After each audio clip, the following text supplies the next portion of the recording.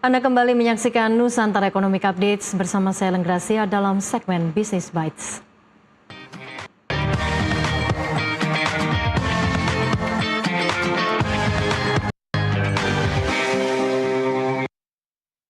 Pemirsa, koperasi selama ini menjadi salah satu tulang punggung ekonomi masyarakat. Namun di tengah tantangan literasi keuangan, kesenjangan akses digital, dan kasus penyalahgunaan kewenangan, isu pengawasan koperasi menjadi semakin krusial.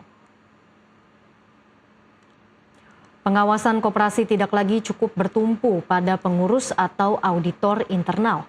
Peran aktif anggota, pemanfaatan teknologi, serta dukungan media dan masyarakat menjadi kunci untuk membangun koperasi yang transparan dan akuntabel.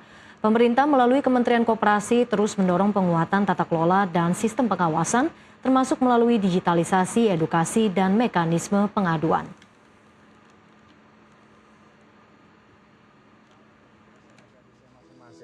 Sehingga perekonomian yang ada di... Lalu sejauh mana peran anggota media dan teknologi dalam memastikan koperasi berjalan sehat dan berkelanjutan? Untuk membahas hal ini, kami akan berdialog dengan Herbert O. Siagian, Deputi Bidang Pengawasan Koperasi Kementerian Koperasi. Pak Herbert, selamat siang. Selamat siang, Mbak Ellen. Pak Herbert, terima kasih sudah bergabung bersama kami di Nusantara Economic Updates. Ini menarik sekali jika kita melihat memang koperasi ini menjadi bagian penting dalam penguatan ekonomi masyarakat. Bisa dijelaskan saat ini Anda melihat bagaimana Kemenkop membaca arah pengembangan koperasi di Indonesia? Iya, baik. Mbak Ellen dan para pemirsa Nusantara TV, sebuah kehormatan bagi kami ya untuk bisa menginformasikan ya secara umum tentunya karena waktu dan tempat juga yang membatasi kita. Saat ini tentunya kita sama-sama mungkin mendengar ya yang disebut dengan Koperasi Desa Kelurahan Merah Putih ya yang menjadi program prioritas Presiden Prabowo ya. Yang sudah terbentuk sejumlah 82.000 entitas koperasi desa Kelurahan Merah Putih di seluruh desa di Indonesia yang jumlah desanya 75.000 desa itu sudah berdiri atau sudah dibentuk badan hukumnya dan juga di setiap kelurahan di seluruh Indonesia gitu. Jadi jumlahnya saat ini 82.000. Jadi pengembangan koperasi cukup prospektif ke depannya dengan komitmen pemerintah yang begitu besar dengan terbangunnya Koperasi Desa Kelurahan Merah Putih. Di samping juga tentunya koperasi-koperasi yang existing ya, yang saat ini ada yang jumlahnya itu lebih dari 100.000, ya berupa koperasi produsen, berupa koperasi konsumen, koperasi jasa, dan koperasi simpan pinjam.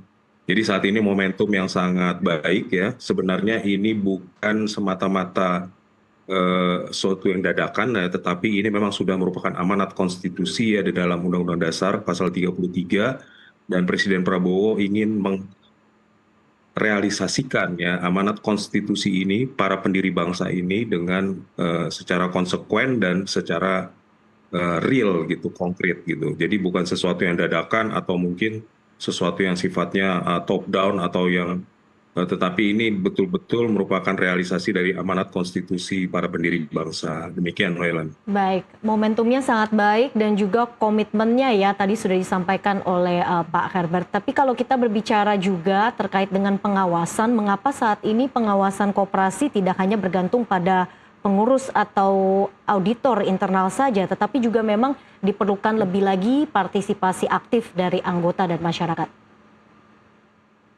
Ya, tentunya kita melihat juga perkembangan dari dunia usaha saat ini ya yang sangat progresif ya. Di luar koperasi juga ada entitas-entitas usaha lainnya ya, sektor swasta, sektor BUMN ya, kemudian juga sektor perbankan ya, yang juga berkembang dengan sangat dinamis ya.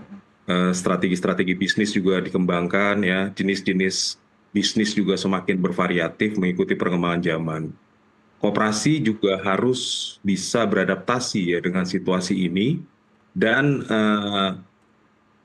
strategi-strategi atau ukuran-ukuran pengawasan yang selama ini dilakukan tentunya harus juga adaptif ya dengan situasi ekosistem ekonomi dan usaha yang sudah berubah. Kalau tidak berubah ya pengawasan atau sistem pengawasan yang selama ini dikembangkan ya menjadi sudah tidak bisa tidak adaptif dan tidak relevan lagi. Sehingga kita perlu adanya suatu transformasi pengawasan lah yang lebih melibatkan masyarakat, anggota, dan juga melibatkan berbagai macam platform ya, digitalisasi ya, untuk juga ikut mendukung kegiatan-kegiatan atau upaya-upaya kita untuk mengawasi koperasi. Kalau kita tidak mengikuti situasi itu, tentunya ya berpotensi terjadinya ya penyelewengan-penyelewengan ya dan kebobolan-kebobolan di sana sini. Makanya kita harus juga menyesuaikan dengan kondisi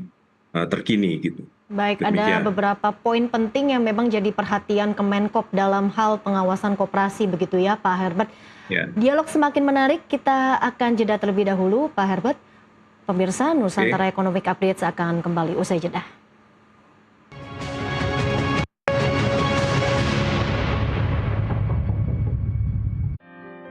Lalui